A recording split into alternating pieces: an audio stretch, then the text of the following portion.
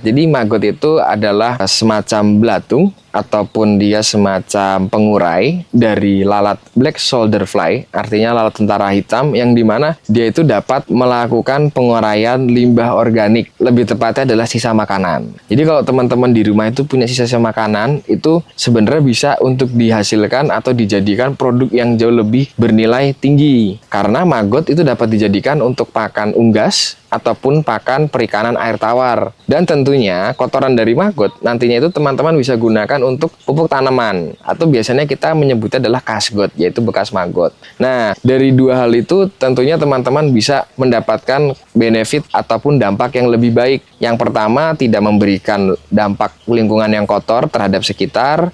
Kedua, tentunya turut peduli terhadap perubahan iklim secara dampak yang lebih besar. Dan yang ketiga, tentunya teman-teman dapat menggunakan maggot ataupun pupuknya untuk kembali diberikan kepada hewan ternaknya, ataupun juga terhadap ikannya, ataupun juga kepada tanaman-tanaman, baik itu tanaman sayur, tanaman buah, dan tanaman hias. Yang kita lakukan di dalam Joglo Farm ini, dalam 1 bulan itu kita kebutuhan limbahnya memang lumayan cukup banyak, yaitu kurang lebih antara 4-5 ton. Kalau memang produktivitasnya sedang meningkat, karena terkadang terkendalanya ada di faktor cuaca juga. Nah, jadi kurang lebih dalam 1 harinya itu kita membutuhkan limbahnya itu sekitar di angka 15-20 kilo.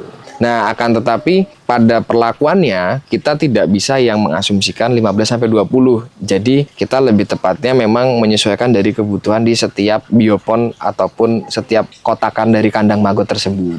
Nah, tentunya dalam pembeliannya itu tetap menggunakan sampah dari sisa makanan. Jadi kalau teman-teman di rumah masak, terus ada sisa makanannya, terus misalkan makan tidak habis, nah ada sisa makanannya atau yang basi, nah itu bisa diberikan kepada maggot. Nah, atau teman-teman yang mau mulai usaha maggot itu bisa mengintegrasikan dari proses hulunya itu dengan restoran ataupun juga dengan hotel, yang dimana limbah organik dari sisa makanannya tentunya lebih banyak, dan itu pun juga akan lebih baik, lebih bagus untuk pertumbuhan maggotnya. Kalau untuk dijadikan bisnis, itu kita perlu melakukan beberapa persiapan terlebih dahulu. Yang pertama, teman-teman itu tentunya perlu melakukan tempat untuk pemilahan sampah.